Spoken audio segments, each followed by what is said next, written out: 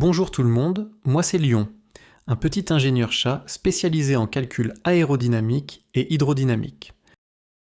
Programme de calcul pour détecteur de vagues 1, spectre John Swap. Cette étude est divisée en 3 parties et repose sur 2 méthodes différentes pour calculer la position des capteurs de vagues. Nous allons d'abord nous concentrer sur la première partie, l'utilisation du spectre John Swap. Lorsque l'écoulement de l'eau entre en collision avec un objet, des ondes réfléchies se forment. En conséquence, l'objet subit une force et différentes configurations d'objets génèrent différents types de réflexions. Si l'on considère une onde incidente pure et régulière, les ondes réfléchies vont également provoquer des interférences. Ainsi, de manière générale, si l'on parvient à séparer l'onde incidente de l'onde réfléchie, les résultats peuvent être appliqués à différents domaines de recherche, comme l'analyse des forces et des vibrations, le calcul de fatigue ou encore le contrôle de la stabilité. Pour séparer ces ondes, une série de capteurs de vagues est nécessaire. Pourquoi ? Tout d'abord, lors de la simulation des vagues, il est nécessaire de prendre en compte certaines grandeurs caractéristiques des vagues, telles que la hauteur de vague et la période.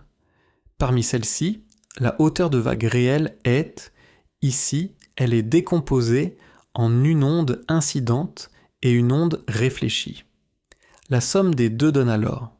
Plusieurs points de mesure forment ainsi une matrice des hauteurs de vague, ce qui permet d'analyser la longueur d'onde, la direction d'incidence, le taux de réflexion, etc. Au final, je souhaite obtenir la position de chaque capteur. Il faut que chaque paire de capteurs couvre au mieux toutes les longueurs d'onde d'intérêt, afin d'optimiser leur placement. Ces longueurs d'onde doivent être déterminées à partir des périodes correspondantes.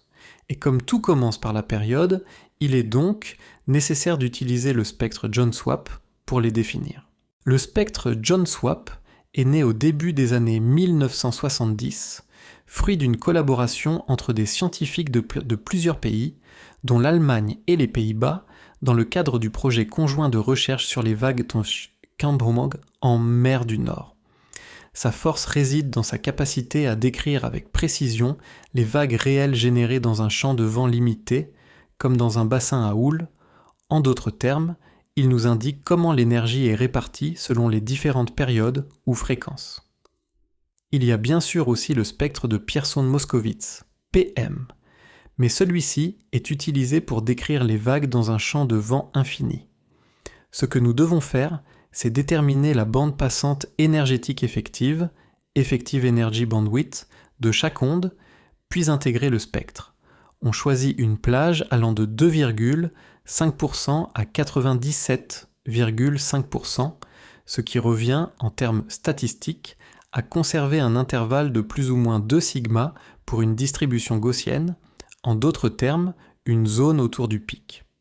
Cette plage, contenant 95% de l'énergie, représente donc la majeure partie de l'énergie d'un type de vague. Ainsi, on peut déterminer 2 périodes limites correspondant à chaque type de vague. J'ai faim, je vais manger des biscuits. N'oubliez pas de vous abonner à ma chaîne pendant que je grignote. À bientôt, bye.